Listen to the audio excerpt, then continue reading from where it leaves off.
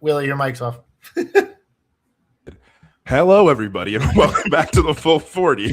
Rusty much? Jesus. Rusty much? Yeah, Jesus. It also usually starts with the mic off or with the mic turned on, so I don't know what happened there. Anyways, everybody, welcome back to the Full 40.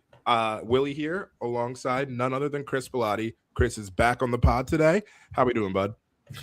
Doing good. Feeling a little bloated from the holiday season. Happy the kids are back in school. But it was easy to get through the holiday break with a team that doesn't stop winning games. So honestly, we'll talk about the games. The first thing I want to talk about is your shirt. I talked about this pre-game or pre-pod. We got the Pope shirt. I got to know, man. Christmas gift? What was that? Yeah, Secret Santa gift. Shout out to my buddy Rob, who managed to get 3 really good, funny gifts. 2 Villanova Pope related. One is a very weird reference about the Yankees. I'm a Yankees fan, as many people know. We had a relief pitcher a very long time ago, not very long, but I guess 6-7 years ago, who I absolutely hated his guts, named Boone Logan. Oh, okay. And he sent me a Boone Logan signed card, which is I still have it, which I'm surprised I haven't thrown it out yet. But I was like, how much did that cost you? It was like it cost like $5 on eBay. I was like, I can't imagine there's a big bidding war for Boone Logan. Oh my God. The guy was awful. Well, glad to have you back. Love the Pope shirt, as mentioned, but let's talk about our Cats. I tweeted this after, I think, the Butler game. I mean, sources say there's a basketball team on the main line. Like, that's just, we have a team. And I know there's been we've been generally the team's been pretty decent all season, but the beginning of Big East play, I believe, was just kind of we could have lost to Seton Hall and beaten the other 2 and would have been fine, probably still be a tournament team. But winning all 3 games that we've had between Seton Hall, Butler, and DePaul, which we can talk about the DePaul game and how that started. But that has put us in a position to potentially be not even potentially, at this stage, we're the second best team in the Big East. As of right now, we are number 2 in the Big East. There is a gulf between us and UConn. I'm not even going to begin to say that we're close to them, but we are the second best team in the Big East. And I don't think any one of us had that on our bingo card from preseason expectations. I think when we talked in the preseason and everybody that I'd spoken to, it was we didn't know what to expect with this team. It was barring Tyler Perkins and Wayne Chittick, a net new roster and Matt Hodge. But Matt Hodge had never played for us before. So it's a net new roster, net new coach. We did not know what to expect. We knew that Kevin Willard would be a better coach than Kyle Neptune. We expected that because he's shown that to be a better coach. But the way the pieces have fit, the way that everything's kind of working for us right now is, it's higher than my expectations. I thought we should be a tournament team, but could not put that expectation on them. I'm comfortable saying right now, if we don't make the tournament the rest of the season, it's a disappointment because of how good we've seen that this team should be. I'm not saying we're going to be Chris disappeared, so this is just going to be me now. I'm not saying that we're going to be a top 4 seed or anything along those lines, but this team has shown the ability to be something more than what we thought they were going to be. We've been looking at, as of right now, I've seen us as high as the 6 line. There's potential to get to the 5. We beat UConn. Who knows where we end up getting there, going from there. So this is a really, really huge opportunity for this team as we get into the rest of the season. And that's what, whenever Chris gets back on, we're going to start talking about, is taking a look at all right, well, then what should our expectations for this team be as we think about the rest of the year?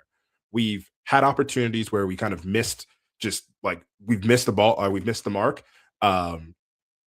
We missed the chance versus BYU to get a really marquee win. We don't have a top 25 win on the resume right now. We've missed the opportunity versus Michigan, and obviously I don't know if it's an opportunity versus Michigan. We kind of got absolutely railroaded by them. But the opportunities for us are presenting themselves. And the start to Big East play is very, very, very just positive for us all. As we think about the schedule, and I'm just going to kind of talk about what we've done retroactively as I wait for Chris to hop on, because Chris had some stuff that he wanted to say. Just to give you all the background. So last time we spoke, we were talked before the Wisconsin game. It's been a bit. Happy holidays, everybody. We had the Seton Hall game. So Seton Hall, we beat pretty handedly on the road. That game will probably end up staying a quad one game. Seton Hall realistically might be the third best team in the Big East, looking at depending what happens with St. John's and everything along those lines. So we had a strong game versus Seton Hall. Just so you guys know what's going on here, Chris has texted me. I have no idea what's happening. So this is always a great start to the podcast. But Seton Hall, we started off with a really strong 64-56 win. Then we got into DePaul. So DePaul, we ended up winning by 5. We saw how bad the DePaul game started, but this has been a thing that we've talked about in the group chat from the podcast, and I think we've seen a lot of people talk about this. This team finishes halves very strong and starts the second half tends to be very, very strong. So DePaul, we kind of just slept walk our way through it. We slept our way through DePaul, and then we ended up winning, kind of pulling away, and then DePaul came back. I'm seeing Chris is in here getting ready to get pulled in. Let's see if he's ready. I'm on my phone. I don't know if you can hear me. Is it okay? I can hear you right now. I have no freaking clue what the hell just happened. My Wi-Fi in my house just totally evaporated. Okay. I don't know what's going on. But if you can hear me and I'm good, I'm going to keep going. We'll fix this in post. But yeah, so what I just started vamping because I was like, all right, well, I was about to dish it to you, but just kind of talking through how we started between Seton Hall, DePaul, and Butler. Got through DePaul, but I want to stop and we can talk deeper about that, but give you the floor to kind of talk about generally how have you felt this team has been? What's been your feelings on this team from the first 14 games of the season? Yeah, I mean, look, it's interesting because you kind of go on the calendar at the beginning of the year and you're looking at it and you're just I don't exactly know where this team's going to go. I think some people just going back, Willard got hired. I was happy with that hire. That's well documented. I thought the portal went probably worse than he hoped it would, at least on paper. Yep. I do know that we have had years recently where the portal went better than we thought it would on paper, and it didn't pan out to a great team. And then this year, it felt like it went a little bit. It felt like we had a lot of wind at our sails with the Willard hire. Obviously, there was a lot of consternation on the Maryland departure, but it felt like it was sticky in terms of the portal cycle. But people were very excited we knew people were going to be excited about Caden Lewis and all of that. So I was in a very much let's see how this team does. I didn't really expect a tournament team in year one in full transparency. I just expected a team that seemed like it got better. He intentionally went after a couple swings and misses early on the portal cycle. He went younger and said, let's build a program.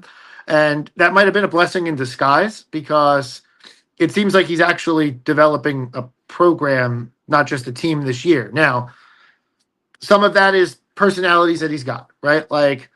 Everyone talked in the preseason about how we're going to rebound the basketball. Well, we got one of the best rebounders in the conference. Yeah. And I think one of the better offensive rebounders in the country in Duke Brennan. Caden Lewis has really come into his own. I think, to his own admission, the game was a little fast for him in the first game versus BYU. Which I want to go back to just real quick. That interview that he did post-game Butler, fantastic. Outstanding. Absolutely outstanding. Absolutely outstanding. The kid's been a revelation so far this entire year.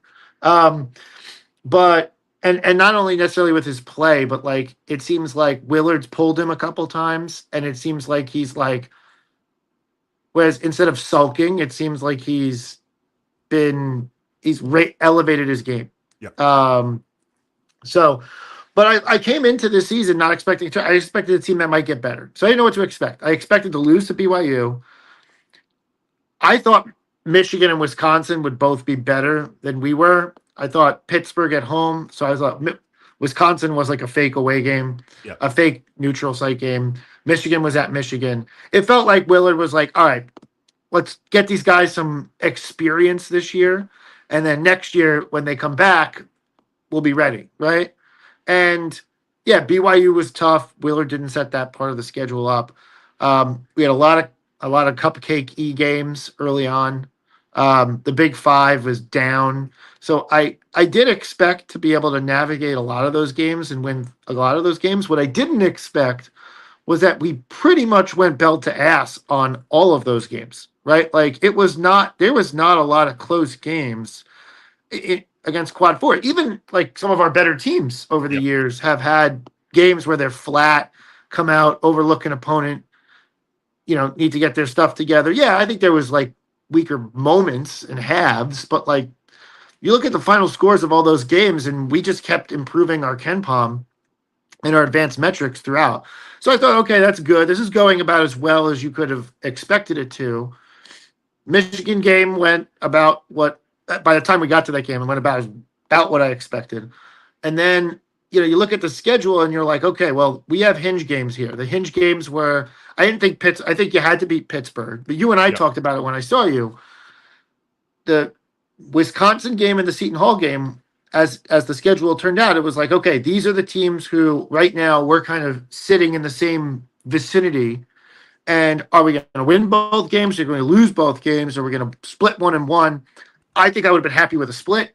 I think, to win both games, and candidly, like the first half of the Seton Hall game, the first half of the Wisconsin game, the second half of the Seton Hall game, I'll excuse the last few minutes of that game. You're looking at it and you're like, whoa, there is something real here. Like this team has another gear. And so I looked at that as I was the season was marching on. And after the Seton Hall game, I said, I can't imagine that Kevin Willard thought it was going to go as well as it's gone. Like, forget me, right? Like, Willard, who by fiduciary responsibility has to be optimistic about his team, right? Like, it's had to have gone better than he thinks it was going to go. DePaul was a little bit of a step back, although having watched him play now a few times, that team plays they're pretty game. I mean, the KenPom says they're not good, but I've watched them. I've watched Marquette by comparison, and DePaul is like light years more competitive than Marquette. Now that I said that, we'll lose to them on Saturday. But the Butler game really just was another eye opener. I mean, after the way we battled back against DePaul, seeing how we kind of handled ourselves in overtime versus Wisconsin, I didn't even worry, not once, about going down like 8-9 points to Butler, even at Hinkle. I was just like, okay, yeah, they're making shots, we're missing shots, like, fine. This team fights to stay connected when they're not shooting the ball well, which is like a really good sign of a well-coached team, of a team that's bought into the coach. And then that second half was, just clinical. Absolutely. It was crazy. Win that game by 18. I think from like the 15-minute mark in the game, I think we won the game by like 33 or something crazy like that. So it was really clinical. The team looks really good. You look at this week ahead. I don't want to get ahead. I know we got a preview, but you look at games and you're like, okay, that's winnable. That's winnable. That's winnable. And you start doing the math in your head, like, okay, where can this team go? What really is the ceiling here? And you look at it, you say the conference is a little bit weaker. Yeah, you got UConn. I'm not bought in on St. John's being totally.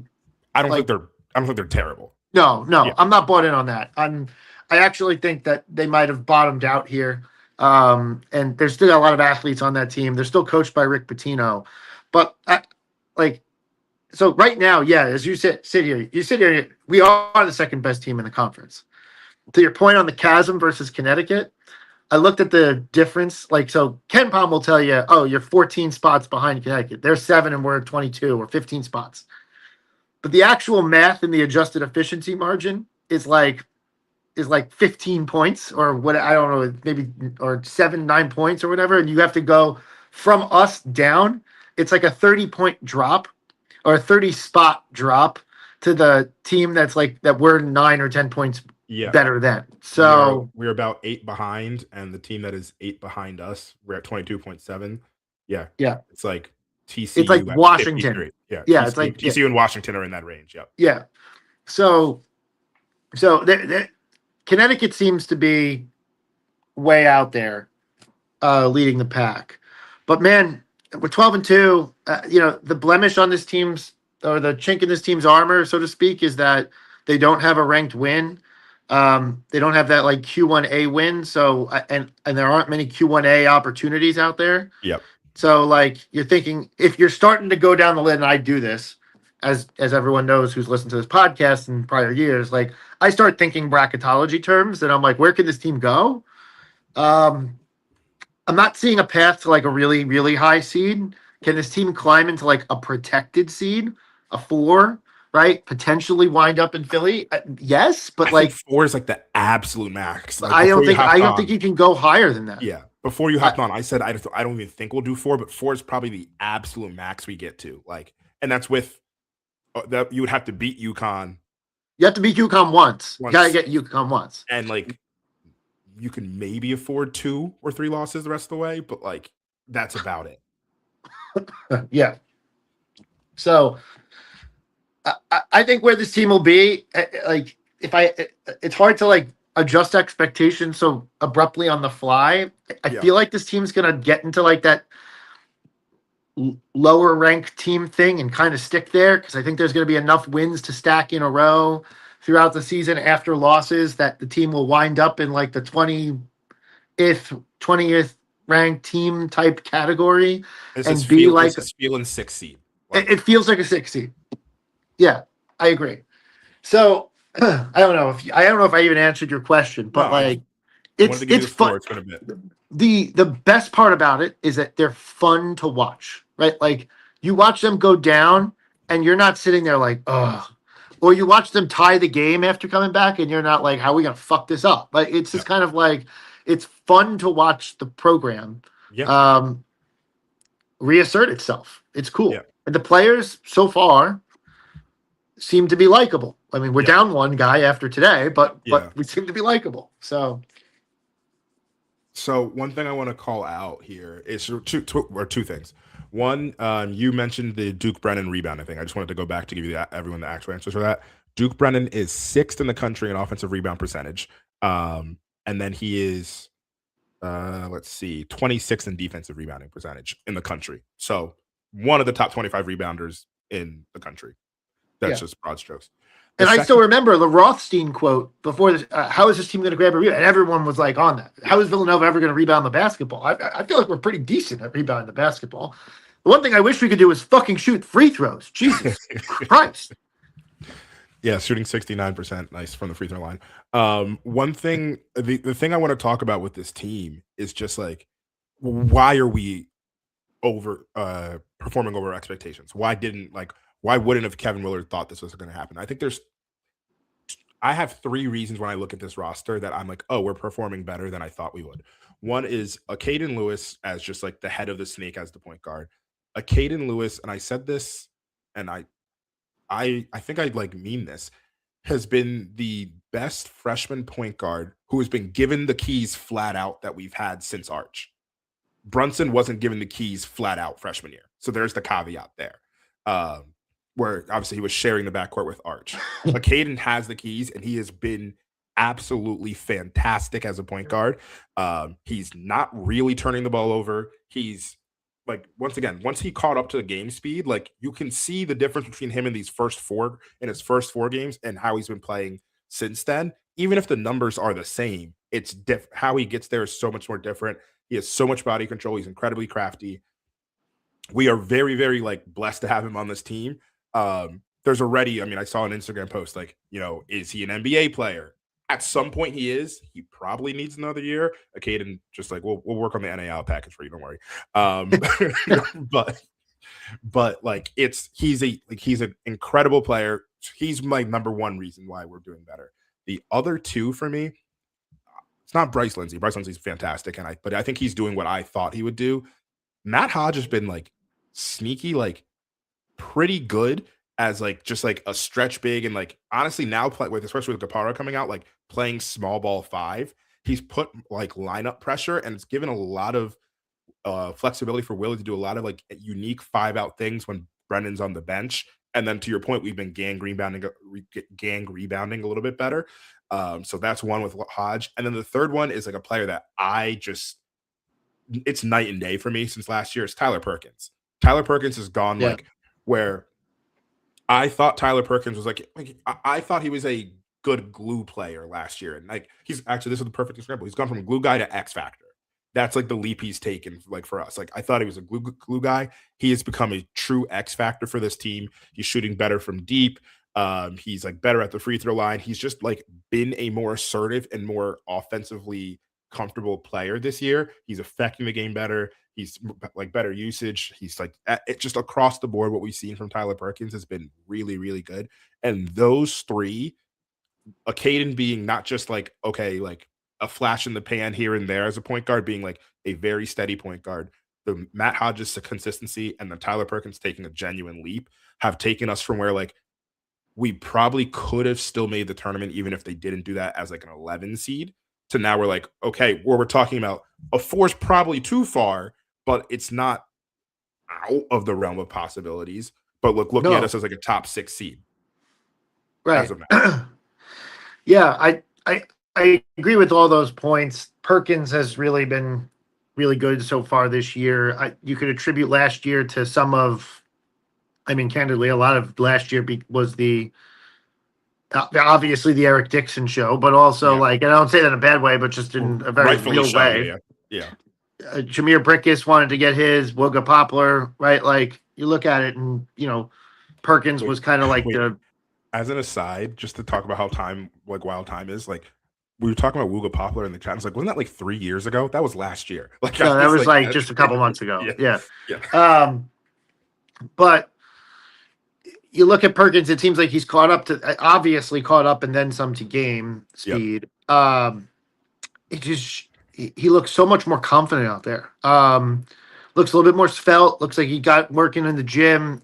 He just everything about his game looks a little bit faster, while also being under control. The thing and it's a steadying thing, and I said when we left, I was like the one guy who I definitely hope stays is Perkins, and a lot of it just had to do with like you need a guy who's going to play who kind of just knows the school, right? Like so.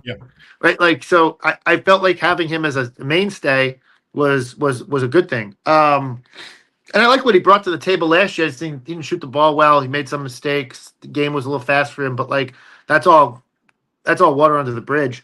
The thing about a Caden Lewis, I think there's things on his offensive game that can be worked on. He's actually better handling the ball. He makes a little bit like he occasionally has like one play a game where he tries to make a home run play that is ill-advised, but like it's usually a shot. It's usually some type of shot or an alley-oop throw or something like a wild pass, and not like doing something crazy with the dribble and losing and making a live ball turnover that turns into a run out for their team. So it's usually not terribly painful. It's usually not taking us out of our offense. Yes.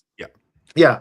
But the thing that really for me differentiates him is his hands defensively are otherworldly. Like I'm actually struggling to think of the last guard, right? Like, you could think of guys like Hart, I guess, like Mikal Bridges, like Pascal to some degree, Booth maybe, but like you think of guys who had like really quick hands who could just like get a steal, right? Like turn the ball over, change the game on the defensive end. And when you see Lewis, and like I said this in the group text the other day, he's 6'2", he plays bigger than that. And especially with his length and his arms on the defensive end, like he gets up into guys. He like you could see him. He locks in defensively, and it's almost like give me that. Like we're getting 2 or 3 possessions in a row offensively, and you're not scoring, right? Like you're not even getting the ball. And he changes the game. I thought in the when you go, and I've said this to some people, I've said like he makes like 2 to 3, sometimes even more. In the Butler game, it was more 2 to 3 defensive plays with his hands every game that changes something about that game, whether it be they're on a run and it stops a run, or we're on a run and it continues the run. It's something. He makes a game-changing play with his hands defensively every single game, which for a freshman point guard is so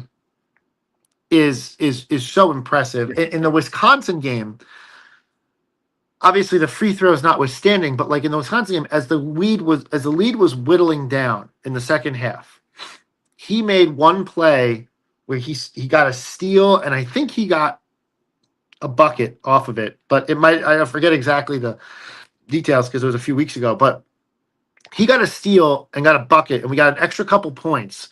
Like, and when you're seeing a lead recede because a team's just on fire and they're making all the right plays and we're missing free throws and stuff like that, those little things of like just adding a couple extra points that they have to get to catch up to you, like helps, right? Yep. And then versus Butler, I mean, he had like 3 in like a sequence of like 10 possessions that while we were making our run that totally just put Butler out of reach. Yep. So I love his game defensively quite a bit. The next thing I want to hit there's two things I want to talk about before we get into like the some of the previews. One is just like obviously the difference between Kevin and Kyle at the helm. Like John Rothstein has the Rothsteinism of Kevin Willard, more adjustments than a chiropractor. And it's true. And you can see it in game. You can see it in the play calling. I think people have probably seen it, but if you haven't, we retweeted from the Full 40 account. Hoop Herald did a really good breakdown of just like Kevin Willard's like a staggered ball screen action to get Bryce Lindsey an open shot. The plays like this, like he did a really good job of highlighting this. This happens all the time. If you watch Bryce Lindsey off ball, look at how we design plays to get him open. That's all Kevin Willard.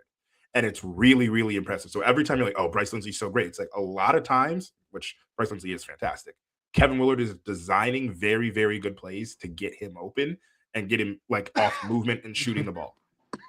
Kevin Willard's been, I mean, we're going to see as like he keeps growing with the program, like as we continue to like recruit, which is a question that like I don't know what the direction is. Like it seems to be like we're not really involved that much with like freshmen right now. So this just might be a transfer portal team for the future. And then like obviously hoping to retain and keep people.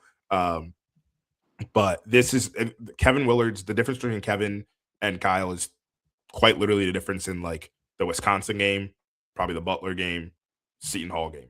Like, and maybe I'd throw DePaul on there. Yeah, and DePaul, like that is the difference. And let's just say we beat DePaul because we were still better, but like that's the difference. There are multiple games, and I think everybody listening and everybody like can agree. Like there are multiple games where like if this was the last 3 seasons, we would lose that game, or it would be or we wouldn't have even, like to your point earlier, Chris, when we played Duquesne, like we won by 10. Duquesne hung around. Like that game would have been infinitely worse if this was in the last 3 seasons. That's a game that like the Dell State game from like two years ago, where it was like, what's going on? We're not about to lose to Dell State. And we didn't, but like it was just that level of like there. So I mean, going into LaSalle and just beating the brakes off of them. Yeah. Right? Like we won the Big Five. yeah. We won the Big Five, which we really started from the bottom. Yeah. Yeah. But so yeah, I mean,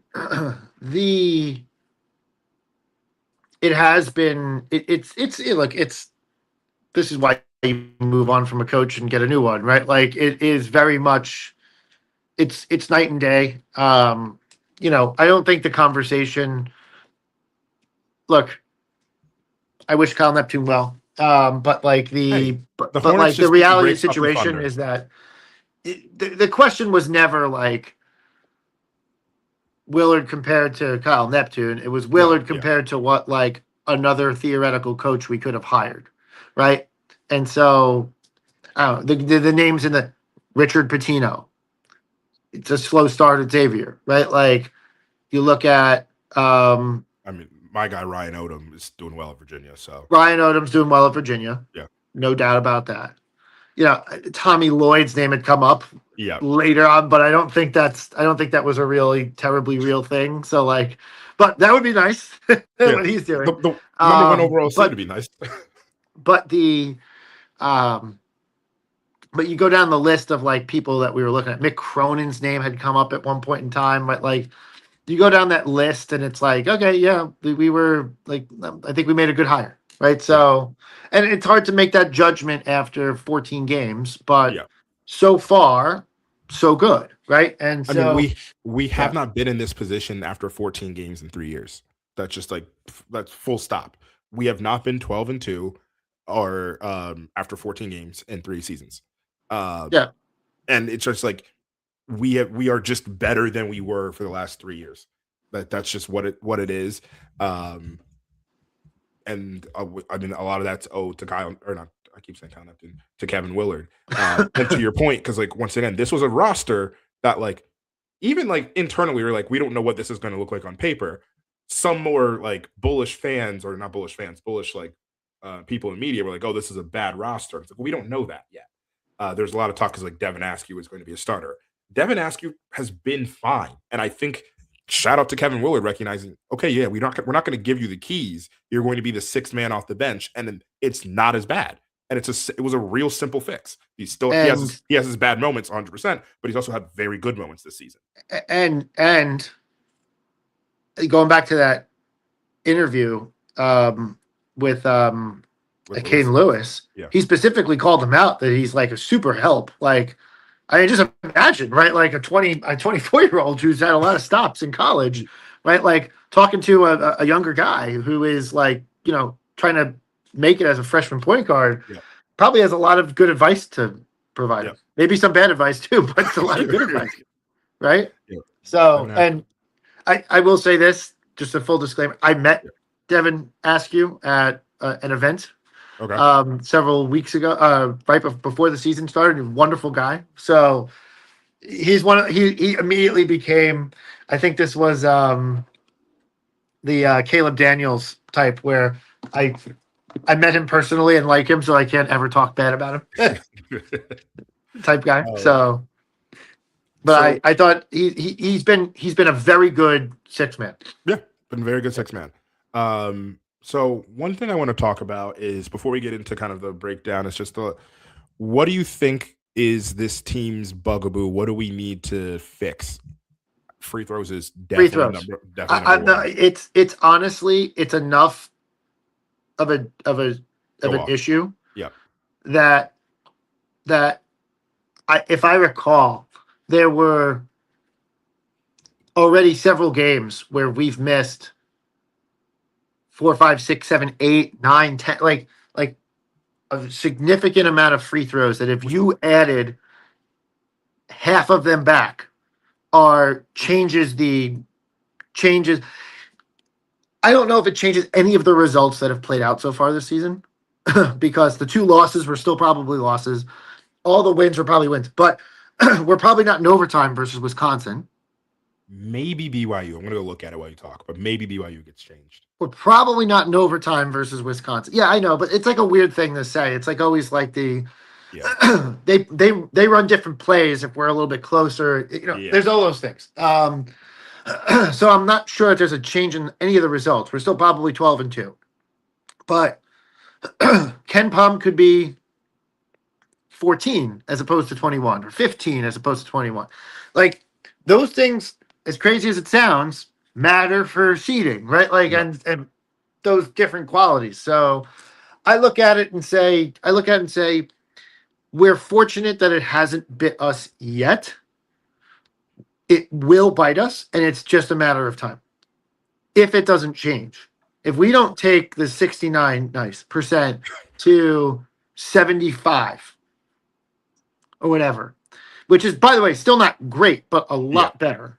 It's going to hurt us. We're going to lose. One of the most high-profile championship losses was John Calipari's Memphis team in 2008 versus Kansas, where they couldn't hit the free throws. It was always their thing down the stretch.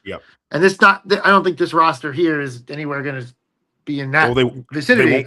They'll never but get is there. it a difference between a round of 32 and a Sweet 16? Yeah, and that matters, right? Like, is it the difference between it could very well be the difference between a 5 seed and a 4 seed.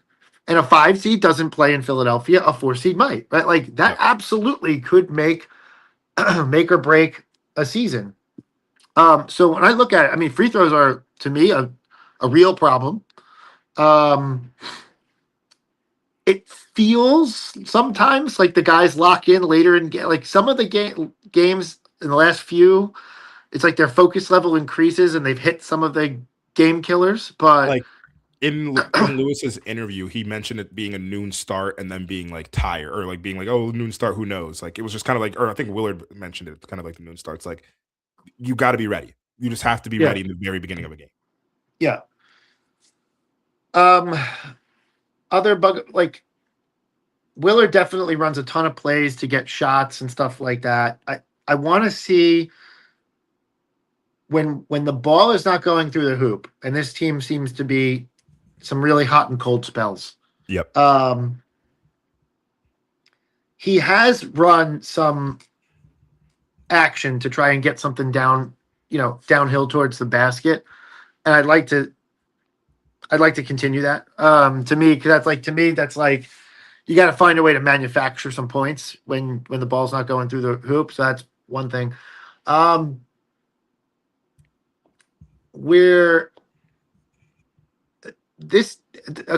guards, all of them, really kind of throw the ball up at the backboard sometimes when they're making a drive.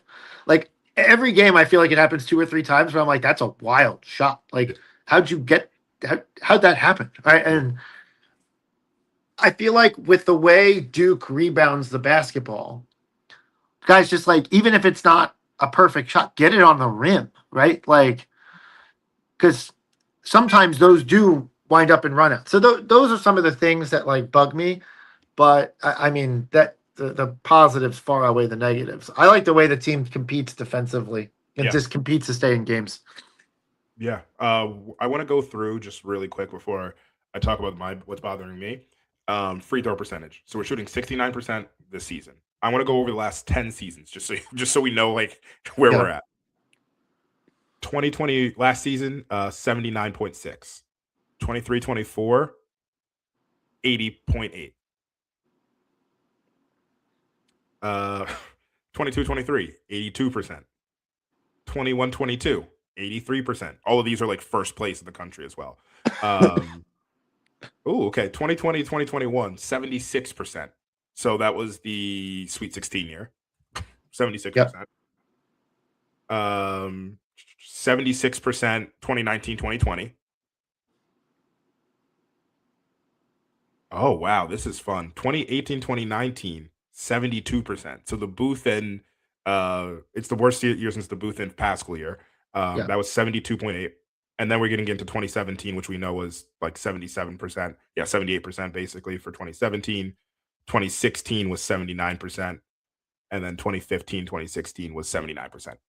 So it's not, I'm a CPA, so people who know that about me listening are going to laugh, but it is not an immaterial thing. It is like that is a very played out over the course of a season. That's a lot of points. Yep.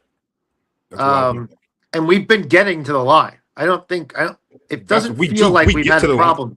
Yeah. Yeah. So it's to me, it really is a big deal. And all of those are well above, even 3 percentage points is well above where we are right now. And I'm looking at this right now. We also don't foul people a lot. Like per game, we 22nd in the country in free throw attempts allowed. So it's like we're missing points and we're not giving them up. It's like which is probably why we win some of these games. We're not putting them on the line that often, but we have the opportunity to pull away.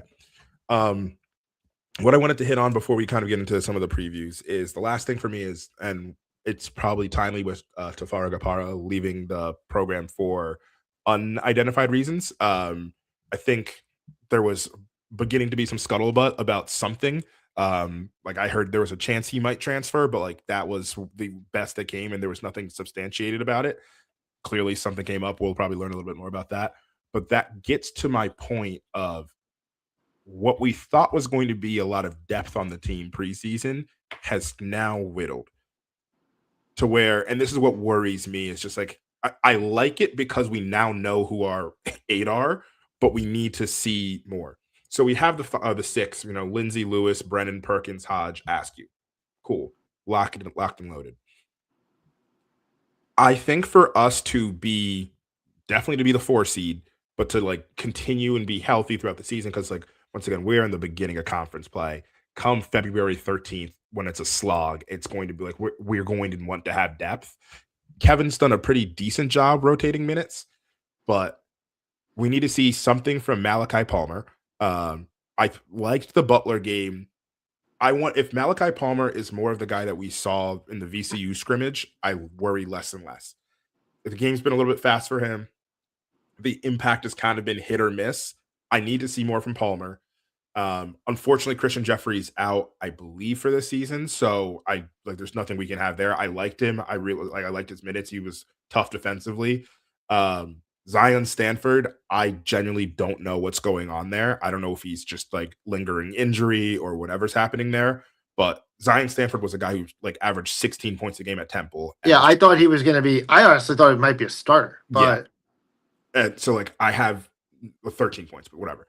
I don't know what's going on there. I have not heard anything to say that he's like injured, but he's getting like, at least from our POV, healthy scratch DNPs.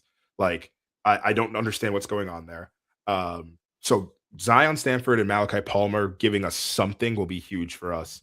And then it kind of comes down to like, I mean, Braden Pierce is I think doing kind of what we're expecting from him. Like give us 6 minutes of just like a rebound and two rebounds and maybe a bucket, and just like give Duke like allow us to have like a little more flexibility.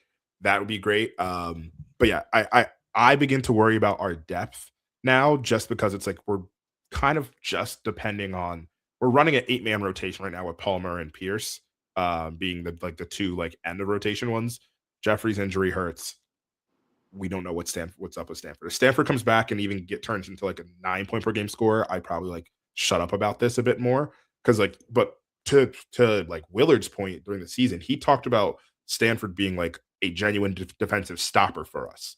We have a good defense, but having another big wing stopper is going to be huge when we start to face when we face UConn and we have to deal with all of UConn's like very large wings and skilled players. Like having somebody who can do that would be really, really helpful, because as great as Lewis is, as great as Lindsey is, as great as Perkins is like a bit stockier, but like they're all smaller and slight. And so when you get that combination of size and skill, which gets to be where you get to like NBA level players, that's where we're going to run into some issues. Like, not for nothing, in the BYU game, Tafara Gapara played a lot on AJ Devansta because he had the size and the skill to do that. When we get to UConn, we got to deal with solo ball. When we got to deal with Braylon Mullins, we have to deal with Silas Demery. They haven't even really mentioned Caravan, who hopefully Hodge can defend. But like we need to have some of these like players. Like I would love to have, I mean, frankly, Zion Stanford and Malachi Palmer be able to like do that. So I really am hoping to see we see a leap forward from Malachi Palmer. That's kind of where I'm at. Yeah, I think Palmer, and I have no knowledge, info, anything on Stanford. Yeah. The working assumption I had been under, with no knowledge, but just kind of like, all right, he was injured to start the year, and things are going pretty good, and it's hard to see a lot of the floor when you got guys who are going, right? Like if he's coming in and it's not feeling the game out and whatever because of the injury, and it's like kind of hard to get back into a rotation so it's like, okay, is the answer that he's got to accept a role this year that maybe he wasn't necessarily expecting to fill? And there could be good reasons for that. Is there some underlying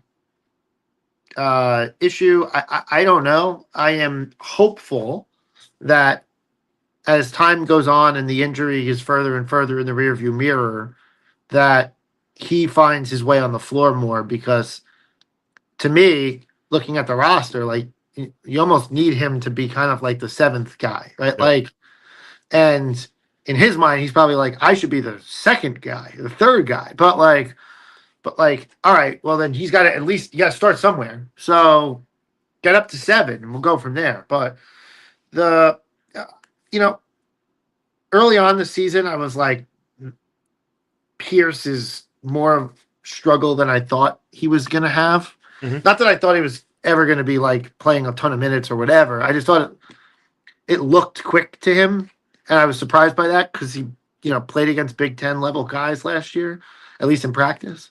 Very good guy, Derek Queen, right? Like, Yeah. But yeah, he played against the guy who's tearing up the NBA right now. Yeah, like, but he is slowly coming along. Yeah, like I'd say the last few games, it's been a little bit more shorthanded, and he's done the thing where he's gotten in there, been a big body that doesn't get totally taken advantage of, and get a few rebounds, clog up space in the lane, and like if that's his role this year, I'm comfortable with that. Yep. Like 6, 7 minutes, it's probably going to need to increase a little bit beyond that, but like that's not bad. That's not like, and to your point, Hodge rotating into the small ball 5, etc. You got a couple different looks that Willard can throw. If Pierce can be like serviceable for 8, 9 minutes a game. Yep. Yeah, 100% agree. All right, I want to get towards Creighton game, but first we're going to spot for a small commercial break. The Bank of Saudi Arabia has given us money. Now, so I want to talk about Creighton real quick. So we have Creighton on Wednesday. Creighton, this is I don't know how I feel about Creighton because they're 9-6, but every single loss that they have, barring actually like even Seton Hall, like has been to like Kansas State is the worst loss they have. And so I'm like, are they bad or did they just lose to like better quality teams? And so this is like one of those games where I like kind of like have the like it's at home, thankfully. This is an opportunity for them. Once again, they lost to Seton Hall by 2 on the road. I don't even know if they went back to Omaha. They're playing us tomorrow at home. But like this is a Creighton team that lost to Gonzaga pretty badly. They lost to Baylor and Iowa State back to back in the Players era. Baylor, they played pretty decently well versus Iowa State, not as great. They got the doors blown off by Nebraska. They lost to Kansas, and they beat like the teams that they should beat in the Big East. I just don't like. I think you look at the record at 9-6, and you're like, oh, this isn't that great of a Creighton team. And I just think they've lost to like other tournament teams. That doesn't, which in theory, yes, doesn't make them a tournament team because they've lost all those games, but they have an opportunity versus us to take a leap forward. So kind of talking through the Kansas team, or not Kansas, the Creighton team. It kind of everything kind of flows through. There's a few different players that. Well, first you're looking at like Jason Green. He's 6'8" wing. He's been averaging like pretty good numbers for them across the board. Got to go pull those up, but Jason Green has been kind of like where everything's kind of flowing through for them. He's was more of like a big for them when he first started. He's been in the program for 3 years right now, but Jason Green is where everything flows through for the Kansas. I keep saying Kansas. Why? Creighton. And then Owen Freeman, the big man. I think the big man matchup of Freeman and Duke Brennan is going to be really, really interesting. And not just Freeman, but also Isaac Trout. Trout is a bit more of a floor spacing big man. He's 6'10", so that's somebody that like Hodge will probably end up being on. And Trout's a UVA transfer. But yeah, those are like the big three for me. Is there anything that you're kind of curious about seeing in this Creighton game, Chris? Yeah, it is the first game that Willard's going to coach against this year. And what I mean by this, in conference and not a game where he's clearly talent-wise outmatched, versus a guy who can manufacture a win against him, where I feel like, okay, McDermott's proven himself more so than Willard has. Yeah. So I do think, and on top of that, they have the coach in waiting already named, so they almost have like 2 head coaches on that roster. Yeah. And I'm drawing a blank on his name. He was at High Point, came back. But this game makes, if this game was away, I'd be like, all right, this might be a tough one. Yeah. I'm absolutely, to your point, I am not buying into their record. I think their record tells a lie. Ken Palm tells a more appropriate story. They're about 40, 45 in Ken Palm, I think, when I checked last.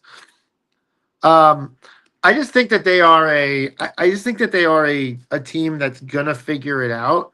Whether it's gonna be too little, too late for the tournament might be the case because, as we've all said, there's just not enough time. There's just not enough good teams in this conference.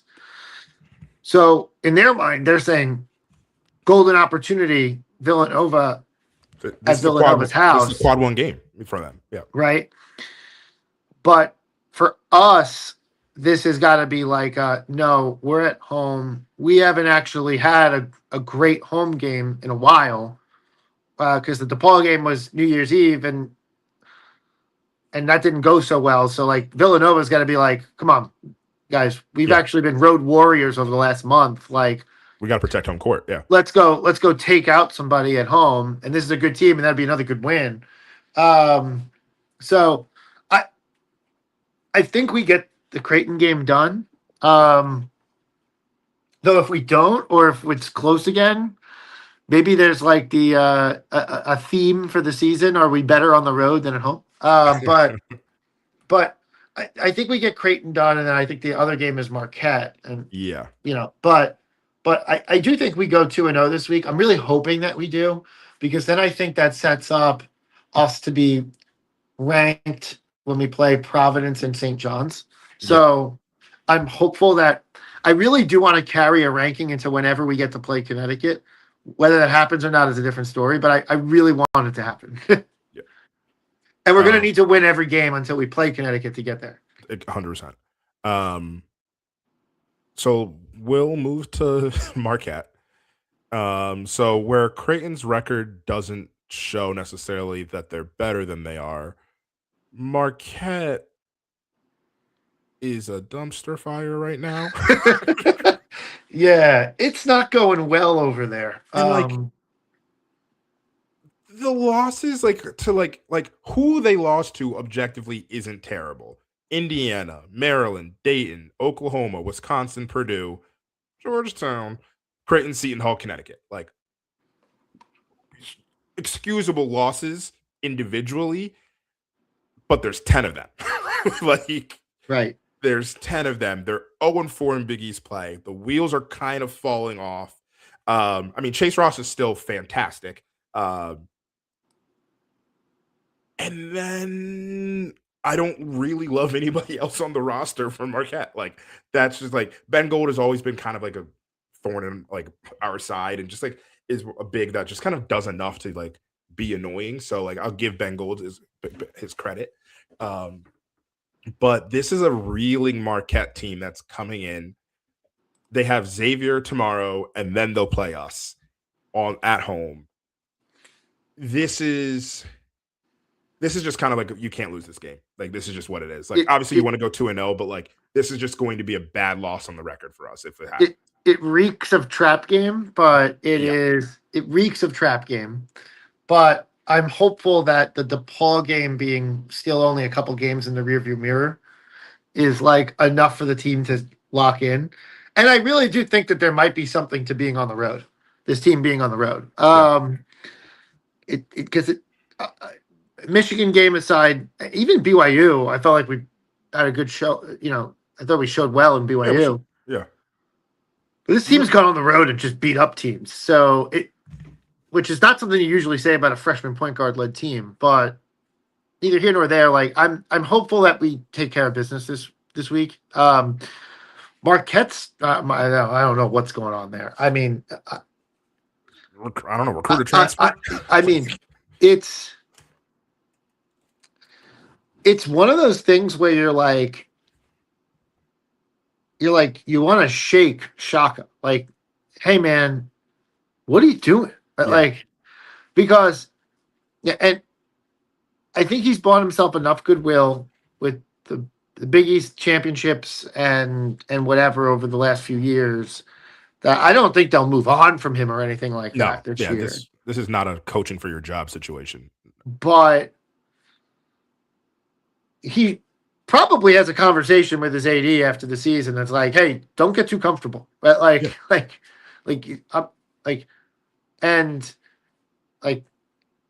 looked at the statistics. They're like 119 in Ken Palm or something like that. They're like, at no point in the entire Ken Palm era has Villanova dropped below like 96.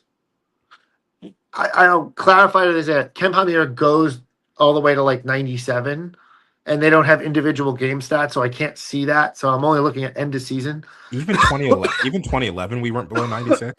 Nope.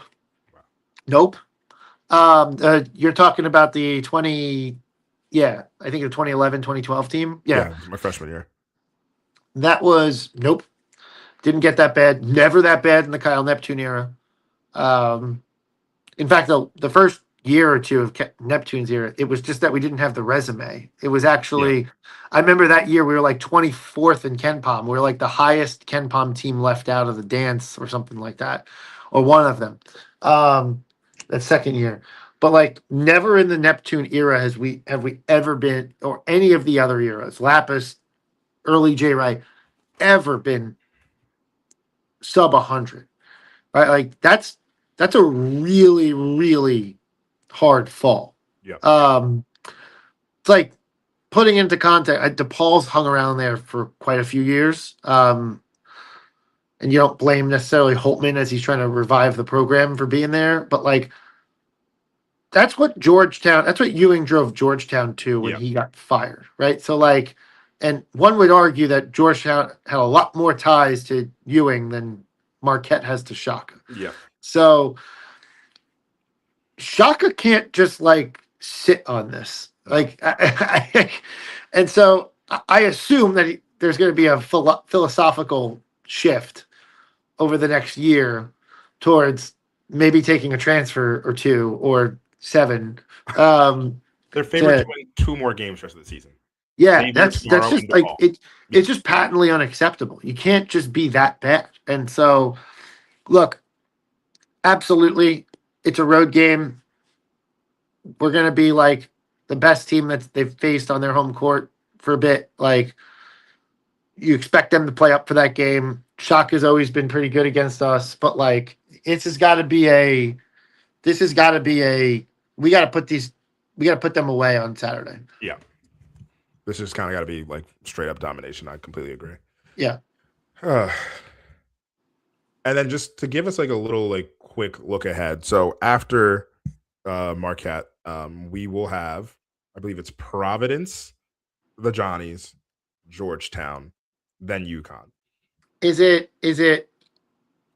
away? Are we away? Away Providence, home St. John's, a home Georgetown. And then at UConn. Yeah, so I mean, Kim English is coaching for his life over there. So like, you know, and they just won an MSG versus St. John's. So and it's at Amica, like, or sorry, I want to say the Dunk. Forget it. It's at the Dunk, at the Amp, whatever you want to call it. Like, yeah. That'll be tough. St. John's, once again, despite not kind of being disappointing this year, they're still a very quality team coached by Patino. I'm real excited for that Ejiofor Brennan matchup. That will end up in an elbow to somebody's head. Like, somebody will be bleeding between the two of them. Yeah. That St. John's game, like, I don't want anyone to get too ahead of themselves because, like, it's funny. I've joked around. I've texted a few people that I know from making friends around the conference, and I'm just like, this is going back a few weeks. I was like, I'm submitting an application to be considered the second best team in the conference, which is as much a shot at St. John's as is a compliment to us. But like, can't get too far ahead of ourselves. Like, St. John's is going to be like athletic. The they have an athletic team. They're well coached, etc. Like, does Patino have the pieces of that puzzle together yet? No, but at any point in time, that switch could flip. Yeah. So, which you kind of hope it does, but like maybe after that we play him and win, hopefully. Yeah. Yeah. Right. Exactly. I really, really, really, really, and this is really getting ahead of ourselves. But what do we have? 5 games before we go on the road at UConn? I think it's 4 technically. Is it? No, isn't it 5? Is it? No, it's 4. I think you're right. Creighton. Well, no, it's 5. It's 5. Yeah, because Creighton hasn't happened yet. Yeah. Yeah. Man, if we can go 5-0, run the record to 17-2, we'd probably be ranked at like 17 something like just for the conference to have a ranked matchup. Yeah. Like that'd be exciting. And it'd be good. It'd be really good because, I think the conference needs that. I don't think we're in the same league as them right now, but throw 5 more wins on top of it, the KenPom number can go way up. Yeah. So we'll see. I mean, at the end of the day, like I said earlier in the podcast, we have a basketball team on the main line this year. Like that's just there is a basketball team with an with an opportunity outside shot to play in Philadelphia in the NCAA tournament. Like it's been right. Like there's nothing that's happened that prevents that yet. Yeah. Like, nothing, and they don't have to like wildly they have to overachieve, but they don't have to wildly overachieve to accomplish that. And so just like the opportunity to play in Philadelphia to play at home would be like fantastic. But also when we get spurned from that, we tend to win titles. So maybe we don't, maybe we don't play in Philly. Yeah. One thing I do want to give a quick shout out to is I had tweeted this. We have a basketball team on the main line. We actually might have 2. Want to give a little shout out to the women's basketball team. So it was a rough loss after that. They lost to Marquette, who is like decent this year from the women's side of things. Like they're 10-5, but overall, like Denise Dillon has the girls rolling. We're 12-3, second in the Big East behind UConn, which seems to be going to be a theme for us maybe this season. But like this team, I'm excited to see how it keeps going. Obviously, like if for anyone who isn't like familiar, last year Jasmine Basco, I think she wasn't Big East freshman of the year, but she was incredible for us as a freshman. She's here in her sophomore year. She's averaging like 17, 4 and 4.